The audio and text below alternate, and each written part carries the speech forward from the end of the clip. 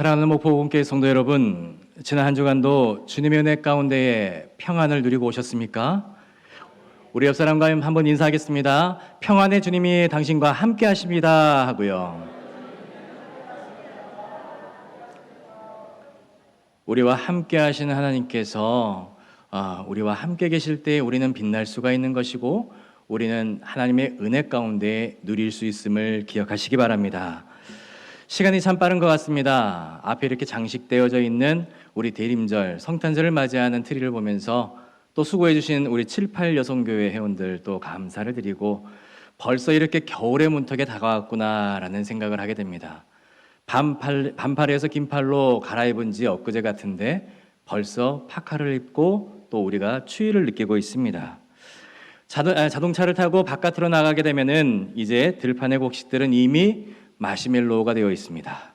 그리고 거리를 화려하게 수놓았던 단풍들도 이제는 낙엽이 되어서 흙으로 돌아가는 계절이 오게 되었습니다. 이 11월은 우리에게 마무리라고 하는 단어를 생각나게 하죠. 한 해 동안 우리가 땀 흘려서 수고해 놓은 삶의 열매들을 우리가 계수하고 비록 부족한 우리지만 여기까지 도우신 에베네셀의 하나님, 그리고 우리와 함께 하시는 하나님을 우리가 생각하면서 감사의 달을 우리가 보내게 되었습니다. 동시에 오늘은요, 교회력으로 보게 되자면 새로운 한 해가 시작되는 대림절의 시작을 알리고 있습니다. 여러분, 우리는 12월 31일이 돼야 올해가 다 갔다라고 이야기를 하지만 교회력에서는요, 대림절이 새해가 됩니다. 그래서 11월의 끝이 곧 12월의 시작이 되고 새해가 오게 되는 것이죠. 이 감사의 마무리는 곧 기다림의 시작이 되는 것입니다. 이 끝과 시작이 맞물려 있는 오늘, 우리는 지나온 시간에 대한 감사와 다가올 시간에 대한 소망을 동시에 가지고 이 자리에 앉아 있는 것입니다. 여러분, 세상을 보게 되면 연말이 다가오게 되면 어떻습니까? 더욱더 분주해지고 시끌벅적해지게 됩니다. 거리는 화려한 조명으로 채워지게 되고 사람들은 한 해를 보내는 아쉬움으로 인해서 그 아쉬움을 달리기 위해서 분주하게 모임을 갖습니다. 올해가 지나가기 전에. 이 막년회다, 송년회다라고 하면서 시끌벅적한 소리들이 밤거리를 메우게 됩니다. 하지만 여러분, 교회의 시간은 세상의 흐름과는 정반대로 흘러가게 됩니다. 우리는 들뜨고 분주한 그 마음 대신에 오히려 차분하고 고요한 마음으로 촛불을 켜고 주님을 기다리는 시간을 맞이하게 되죠. 여러분, 오늘 우리가 함께 나눌 말씀은 구약에 나와 있는 스바냐서입니다. 스바냐, 많이 읽어보지 않은, 하지만 성경에 있으니까 우리가 알고는 있는 그러한 성경책인데요. 이 스바냐는 여호와께서 숨기시다라는 뜻을 가진 그 이름을 가진 선지자입니다. 유다 역사의 가장 암울했던 시기이기도 했고 멸망이 예고됐던 그 상황 속에서 하나님의 서리빨 같은 심판과 놀라운 구원의 역사가 동시에 외쳐졌던 그러한 선지자였고 시대였다라는 것입니다.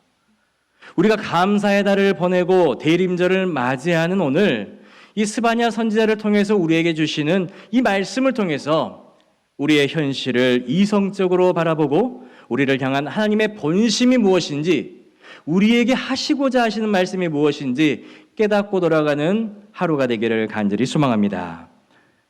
우리가 살아가고 있는 이 시대, 귀를 기울이게 되면은 참 시끌벅적한 것 같습니다. 뉴스를 틀면 하루가 멀다 하고 전쟁의 소식들이 들리게 되고 경제 위기의 징후들이 나타나며, 그리고 옆 나라에서는 화재로 인하여서 많은 사람들이 피해를 입고 죽음을 당했다라는 소식들도 전해지게 됩니다. 사회 곳곳에서 터져나오는 갈등과 분열의 목소리들이 우리의 귀를 어지럽게 만들기도 합니다. 우리 성도님들의 삶을 한번 이 시간 돌아보시기 바랍니다. 그간 지나왔던 시절들, 정말 다른 사람과는 다르게 남모를 아픔도 있었고 기쁨도 있었고 많은 희노애락이 있었고 지난 세월도 평탄치 않은 세월이었지만 오늘날을 살아가고 있는 이 시대의 사람들 또한 결코 만만치 않은 시간들을 보내고 있다라는 것입니다. 치솟는 물가 때문에 장보기가 두렵습니다. 자녀들의 취업과 결혼 문제는 여전히 풀리지 않는 숙제로 남아있고, 우리 노후에 대한 불안감은 그림자처럼 우리를 항상 따라다니고 있습니다.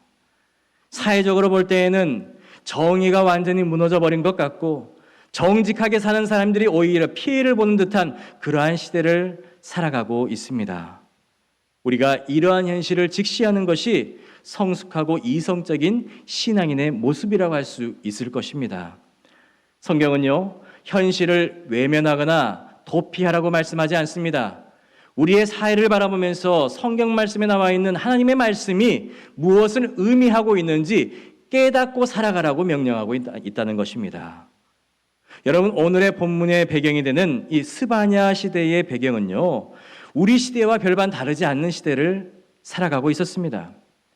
우리가 오늘 스바냐 시대의 세 가지 어두운 그림자를 통해서 우리의 현실을 한번 바라보고자 합니다. 첫 번째로는 불안한 국제 정세와 그리고 사회적인 공포가 만연했다라는 것입니다. 이 스바냐가 활동하던 시대는 주전 640년경이었습니다. 남유다의 마지막 희망이었던 요시야 왕이 통치하는 초기 시대였습니다. 당시 세계의 패권국은 아수르라는 나라였는데 급격히 이 나라가 쇠퇴하게 되었고, 신흥강국이었던 바벨론이 무섭게 힘을 키우면서 꿈틀대던 격변의 시대를 보내게 되었습니다. 이 국제 질서가 무너지는 혼란 속에서 이 남유다는 친애굽파와 친바벨론파로 나뉘어서 국론이 분열이 되었습니다. 게다가 북쪽에서는 잔인하기로 소문난 스키디아 민족들이 약탈을 일삼으면서 남쪽으로 쳐들어오고 있다는 그러한 소식까지 들려오고 있습니다. 백성들은 전쟁의 공포와 내일이 없는 불안감 때문에 하루하루 숨을 제대로 쉬지 못하며 살아가고 있었죠. 정치적, 경제적으로 불안정한 시대는 늘 영적인 불안함도 함께 따라오기 마련입니다. 지금 우리가 겪고 있는 사회 전반의 불안정함이 당시 남유다가 겪고 있는 그 공포와 다르지 않더라는 것입니다. 두 번째로는 지도층의 타락과 사회적 불안이 만연했습니다. 이 스바냐 선지자는 독특하게도 왕의 4대 손인 이 왕족 출신이었어요. 그러다 보니까 왕궁을 자유롭게 드나들 수 있는 권한을 가지고 있었습니다. 이 예루살렘의 가장 깊은 곳이었던 그 권력의 심장부인 왕궁을 마음껏 다니다 보니까 그곳에서 권력을 쥐고 있는 사람들의 부패를 보게 되었다는 것이죠. 그런데 여러분, 그는 침묵을 하지 않았습니다. 이 스바냐는 왕궁의 고위 관료들 그리고 방백들을 향해서 포효하는 사자와 같다, 그리고 재판장들을 향해서 이튿날까지 남겨두는 것이 없는 저녁 이리 때와 같다라고 그들을 질타를 했습니다. 그런데 여러분, 이것을 한번 생각해 보시기 바랍니다. 엄청난 용기를 가지고 이 말을 했어야 되는데, 그 이유는 함께 권력을 쥐고 나라를 다스리던 사람이 모두 왕족이었고 귀족이었습니다. 한마디로 그는 그 친척들에게 비판을 했다는 겁니다. 자신의 친척이자 기득권층인 그들의 죄를 그것도 면전에서 지적하는 것은 한마디로 목숨을 건 행위나 다름없었다는 것이죠. 정의는 사라지고 강포가 난무하던 시대에 힘 있는 사람들이 약한 자들을 집어삼키는 그러한 야생의 시대를 스바냐는 살아갔다는 것입니다. 여러분, 오늘날 우리가 뉴스에서 접하는 사회 지도층의 비리를 보게 되면은, 그리고 그들의 도덕적 해이를 보게 되면 그 시대에도 똑같이 존재했다는 것을 우리가 느낄 수가 있는 것이죠. 또한 세 번째로는 하나님과 우상을 겸하여 섬기는 혼합주의 신앙이 팽배했다는 것입니다. 이게 가장 심각했던 문제인데 바로 신앙이 변질되었다는 것이죠. 요시야 왕 이전에 유다 역사상 가장 최악의 왕이었던 그 므낫세 왕이 55년 동안 남유다를 다스리면서 유다를 영적으로 초토화시켜 버렸습니다. 이 스바냐 시대는 그 악한 물이 다 빠지기도 전이었기 때문에 그들은 혼란한 시기를 살아갈 수밖에 없었다는 것입니다. 스바냐 1장 5절의 말씀을 보게 되면은 그에 대한 실상을 보고하고 있습니다. 여호와께 맹세하면서 동시에 말감을 가리켜 맹세하는 사람들이 있었다라는 것이죠. 여러분, 말감은요, 우리가 성경에서 밀곰이라고도 표현을 하고도 있고, 그리고 암몬의 신, 우상이었습니다. 이게 무슨 말일까요? 백성들이 아예 하나님을 버리고 우상 숭배를 한 것이 아니라 안식일에는 성전에 와서 여호와의 이름을 부르면서 예배를 드리고 성전 문을 나서게 되면 그들은 자신의 욕망을 채워줄 말감에게 달려나아갔다는 것입니다. 지붕 위에 올라가서 하늘의 별들을 보면서 점을 쳤고 이방의 풍습을 따라서 우상 숭배하는 것이 일상화가 되었다라는 것입니다. 여러분, 이것이 바로 혼합주의 신앙이라는 것이죠. 하나님도 믿고 돈도 믿겠다라는 겁니다. 천국에도 가고 싶고 이 세상의 쾌락도 놓치고 싶지 않다라는 마음인 것이죠. 그런데 여러분, 오늘날 살아가고 있는 현대의 크리스찬들의 모습이 이와 같다라고 볼 수가 있습니다.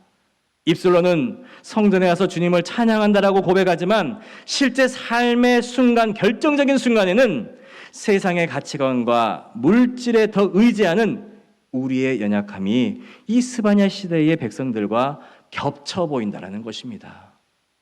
사랑하는 성도 여러분, 하나님은 이런 시대를 향해서 스바냐를 통해 무서운 심판의 말씀을 하고 있습니다. 내가 땅 위에서 모든 것을 진멸하리라. 여러분, 이것은 단순한 협박이 아니었습니다. 죄에 대한 하나님의 공의로운 반응으로 나타나는 말씀이었습니다. 그런데 여러분, 오늘 제가 여러분들에게 전하고자 하는 설교의 핵심은 여기에 있습니다. 하나님은요, 그 절망의 한복판에서 심판받아 마땅한 그 자리에서 놀랍게도 그 이스라엘 백성들에게 노래하라라고 명령을 하고 있습니다. 오늘 본문 14절의 말씀 같이 한번 읽어보도록 하겠습니다. 시온에 따라 노래할지어다. 이스라엘아 기쁘게 부를지어다. 예루살렘 따라 전심으로 기뻐하며 즐거워할지어다. 아멘. 여러분, 이 삭막하고 그리고 불법이 만연한 이 시대에, 혼합주의가 팽배한 이 시대에 너희들을 모두 진멸하겠노라고 하나님이 말씀하고 있는 데에 그때에 하나님은 다시금 말씀하셔서 노래하라고 이야기를 하고 있습니다. 이게 무슨 말일까요? 현실을 도피하라는 말씀이 아닙니다. 고통스러운 현실을 잊기 위해서 억지로 웃으면서 노래하라고 말씀하는 것이 아닙니다. 이것은 현실 너머에 있는 더 크고 확실한 진실을 바라볼 수 있는 눈을 떠라라는 말씀입니다. 바로 심판을 넘어 구원을 베푸실 왕, 만군의 여호와가 우리 가운데에 계신다는 것을 너희가 바라볼 수 있어야 된다라고 명령을 하시는 것이죠.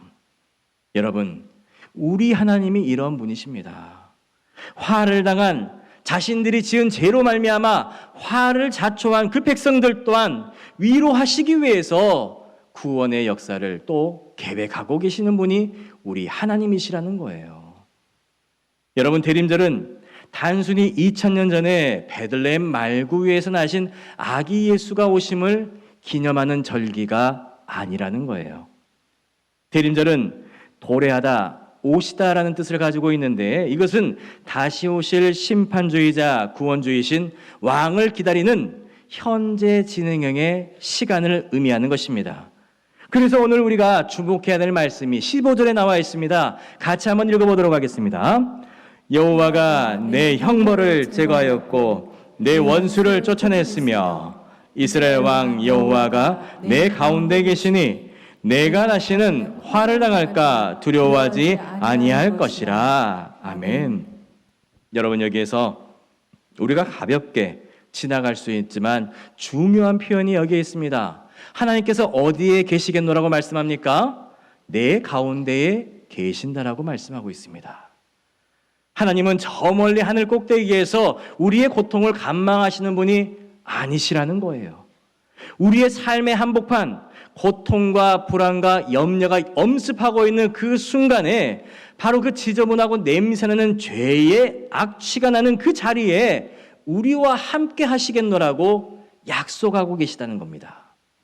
성도 여러분, 우리가 11월 한 달 감사의 달을 보내면서 하나님께 드렸던 감사 여러분 기억나지 않으십니까?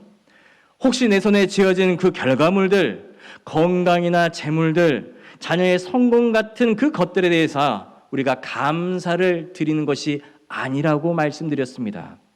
물론 그러한 것들을 주심에 감사를 드려야 되겠지요. 하지만 그러한 조건적인 감사들은 우리의 환경이 바뀌어지게 되면은 자연스럽게 원망과 불평으로 바뀔 수밖에 없는 게 사람입니다. 그리고 우리가 솔직히 말씀드리면 우리의 지난 시간들을 돌아볼 때에 지난 한 해 동안에 우리는 성공보다 실패를 더욱더 맛보았으며 건강보다는 연약함을 맛보았고 그리고 우리의 삶 속에 쓰디쓴 시간들이 더욱더 많은 사람들도 있었을 것입니다. 깨어지고 상처 입은 사람들도 있었고 이 자리에 그렇게 상처를 안고 앉아 계시는 분들도 계실 것입니다. 하지만 우리 하나님은 그러한 우리들을 그냥 내버려 두시지 않으시고 그 상처를 싸매 주시고 아빠 아버지이심을 기억하게 하신다는 그 약속의 말씀을 여러분 기억하시기 바랍니다. 여러분 일본의 도자기 수선 공예 중에 킨츠기라는 것이 있습니다. 킨츠기. 그런데 도자기를 쓰다가 우리가 깨지거나 금이 가게 되면 어떻게 합니까?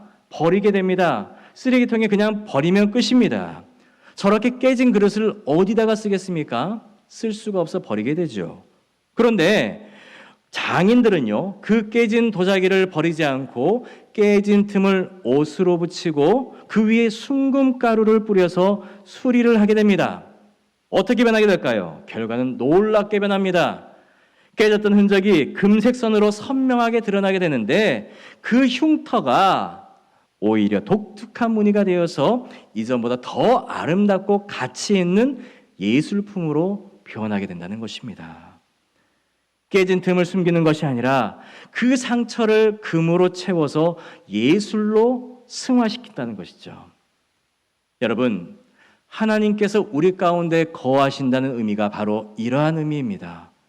하나님은 우리의 깨진 마음과 실패한 지난 날들, 그 므낫세 시대처럼 더럽혀진 우리의 영혼을 결코 버리거나 가만 내버려 두시지 않는다는 거예요.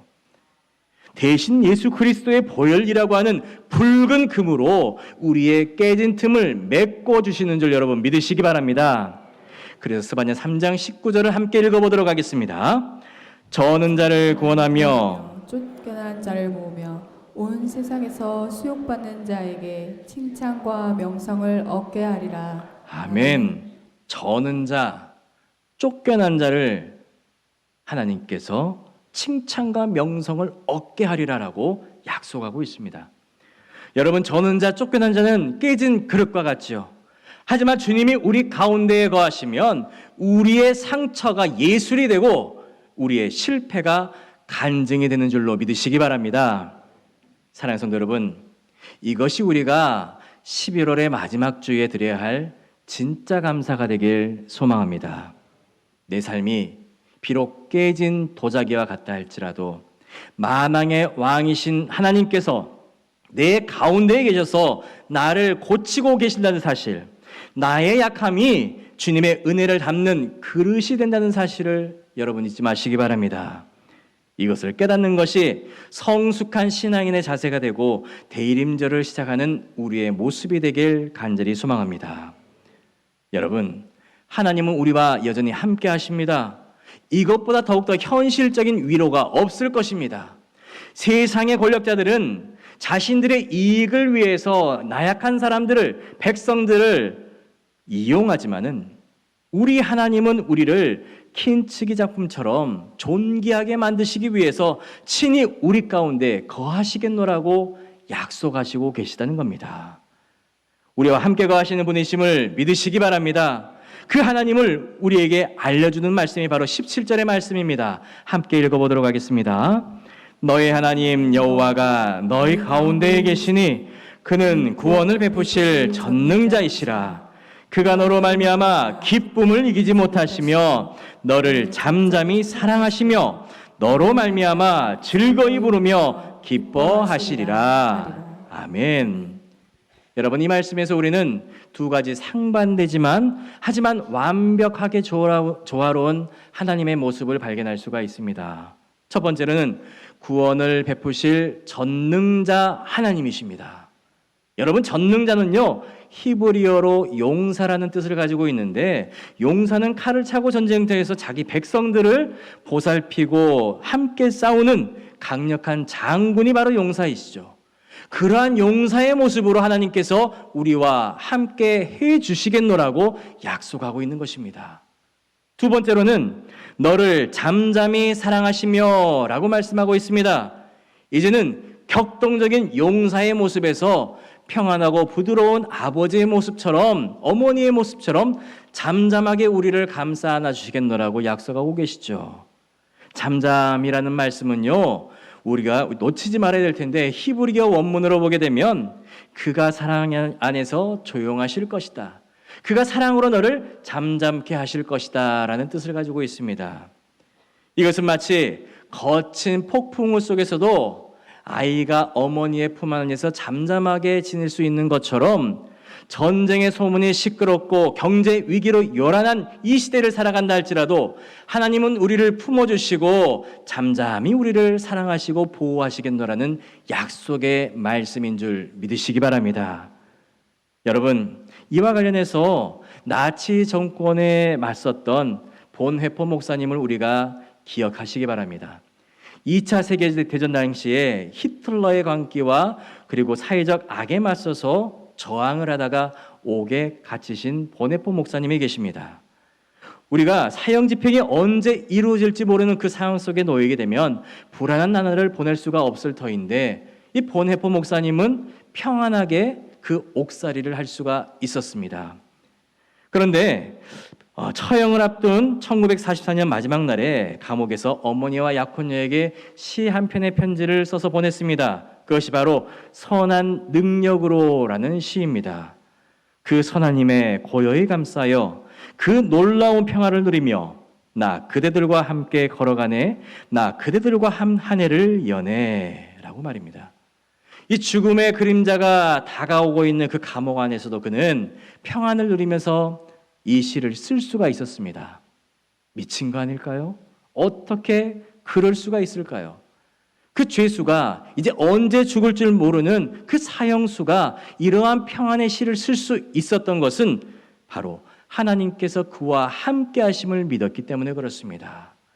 세상이 엄습하고 있는 사형이라고 하는 그 단어가 그에게 주는 그 두려움보다 하나님이 나와 함께 하신다는 그 공포 너머에 있는 하나님의 임재하심을 느꼈기 때문에 이 본회포 목사님은 거기에서 당당하게 버티며 나아갈 수가 있었던 것입니다. 여러분, 이 스바냐 시대의 백성들도 마찬가지였습니다. 밖에는 아수르와 바벨론이 으르렁거리고 있었고, 안으로는 부패가 만연하고 약한 사람들이 강자에게 잡아먹히는 그런 시대를 살아왔지만, 하나님께서 내가 너와 함께 잠잠히 너를 사랑하겠노라고 말씀하실 때에 그들은, 하나님을 버리지 않았던 그들은, 그리고 스바냐 선지자는 그 두려움을 이기고 노래할 수가 있었더라는 것입니다. 여러분, 대일임절 첫 주에 우리가 하나님께 바라야 될 그 은혜가 바로 이런 것입니다. 상황이 해결되어서 감사드리는 것 아닙니다. 폭풍 같은 현실 속에서도 하나님께서 나와 함께 하시기 때문에 감사드릴 수가 있는 것입니다. 주님이 나와 함께 배를 타고 계심에 우리가 그것을 믿기 때문에 누릴 수 있는 평안, 그것이 진짜 평안임을 여러분 믿으시기 바랍니다. 여러분, 내가 너를 예쁘고 아름다운 작품처럼 아름답게 빚고 있다라고 하는 하나님의 음성을 들어보시기 바랍니다. 우리가 이번 한 주를 살아갈 때에 우리의 기도가 하나님께 막연히 달라고 떼쓰는 기도가 아니라 이미 내 안에 계신 주님을 우리가 체험하고 느끼며 살아갈 수 있는 대림절이 되게 해달라고 기도하시는 저와 여러분들의 한 주가 되기를 소망합니다. 주님, 제가 여기 있습니다. 주님의 잠잠한 사랑이 필요합니다. 내 마음의 불안을 잠재워 주시옵소서. 본회포 목사님이 고백했던 그 평안을 나에게도 허락해 주시옵소서 라고 고백할 수 있는 저와 여러분들의 한 주가 되길 간절히 소망합니다. 우리 또한 우리 가운데 계신 전능자 하나님 한 분만으로 인하여서 잠잠히 기뻐하며 감사할 수 있는 대림절을 시작하기를 주님의 이름으로 간절히 축원합니다. 기도하겠습니다. 사랑과 은혜가 풍성하신 하나님 아버지 감사합니다. 세상은 여전히 소란스럽고 우리의 삶은 고단하지만 하나님께서 함께하여 주셨음에 감사를 드릴 수가 있습니다. 우리의 문제가 풀리지 않아서 우리가 가지고 있는 것들이 없어져서 불평하는 삶이 아니라 그저 하나님이 우리와 함께 하시기 때문에 모든 것이 감사로 승화할 수 있는 저희의 믿음 생활이 되게 하여 주시옵소서. 이번 한 주간도 치열한 삶의 현장에서 살아갈 우리 모든 복음의 성도들을 눈동자와 같이 지켜주시고 그들의 가정과 일터 위에 주님이 주시는 참된 평안이 강물처럼 흘러넘치게 하여 주시옵소서. 예수님의 이름으로 기도하옵나이다. 아멘.